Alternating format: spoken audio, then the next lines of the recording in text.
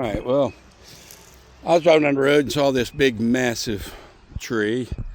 That's a big massive chunk of fig. I just stopped, knocked on her door, and Miss Lebo, I think, thought that it would be a win-win situation for us to work together, and I harvest some of the cuttings off of this thing and I help her get it back in order.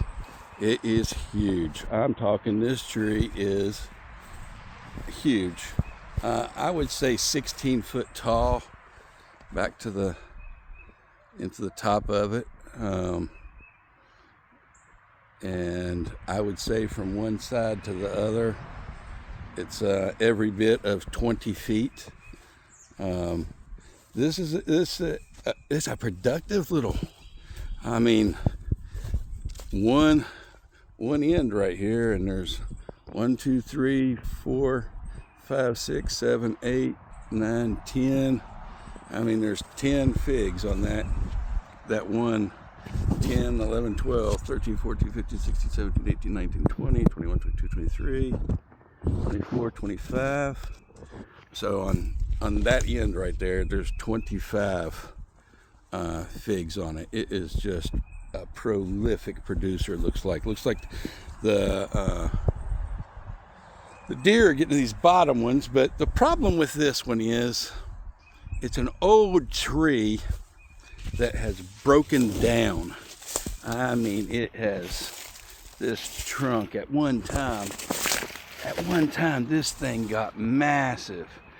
I don't know if you can tell the width of that or not. Let me get over here closer so I can throw a hand up against it. I mean, opening my hand up, I've got 9 inches.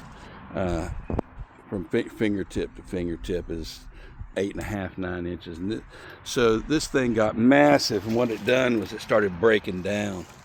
And these are just branches coming off of all the broken snaggle down here. So they went out long. Each one of these branches is 10 feet long. So for temporary, we're gonna brace it up, and by picking it up, we can get everything up higher than the deer can get, and then we're slowly gonna start chewing into it, bring the top down a little bit, and slowly start bringing start pruning it for what we want. Eventually, in my opinion, all these need to be completely cut out. As you can see, that whole tree over there goes down into the ground, and at one time was part of, you see that log right there that came out, so that's just where it hit the ground and took off again. So yeah, this will be a several year project, but what we're going to do is we're going to get the top off of it today, get a lot of that energy back down into the bottom, get some sunlight in so it can start filling up this big space in the middle. You know, that's fig up there and this space here. So this will be a project, but we can get cuttings off the top. I'm going to bring her back some cuttings, and she can put a few more across the yard here, and that way, as those grow, we can start chewing back into this one and get it back in order.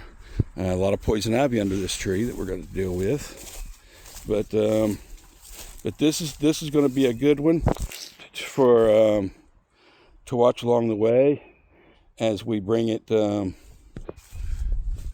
I mean, this is a snaggle right now, but for such a productive tree, I think we can get it whipped into shape and cleaned up, and over a couple of years get far more harvest from it than what it's producing now, just by getting it up to the deer ain't getting their share, and everything over 8 foot, you know, the bees get that because it's too high to harvest. So hey, let's have some fun and get started here. I'm gonna walk around this side, and like I said, there's I gotta watch where I walk. see, it's just the old. This must have been a massive tree when it broke. I mean, let's see, that right there is still alive. That's the piece we need to keep. So, yeah. All right, interesting. Let's get at it.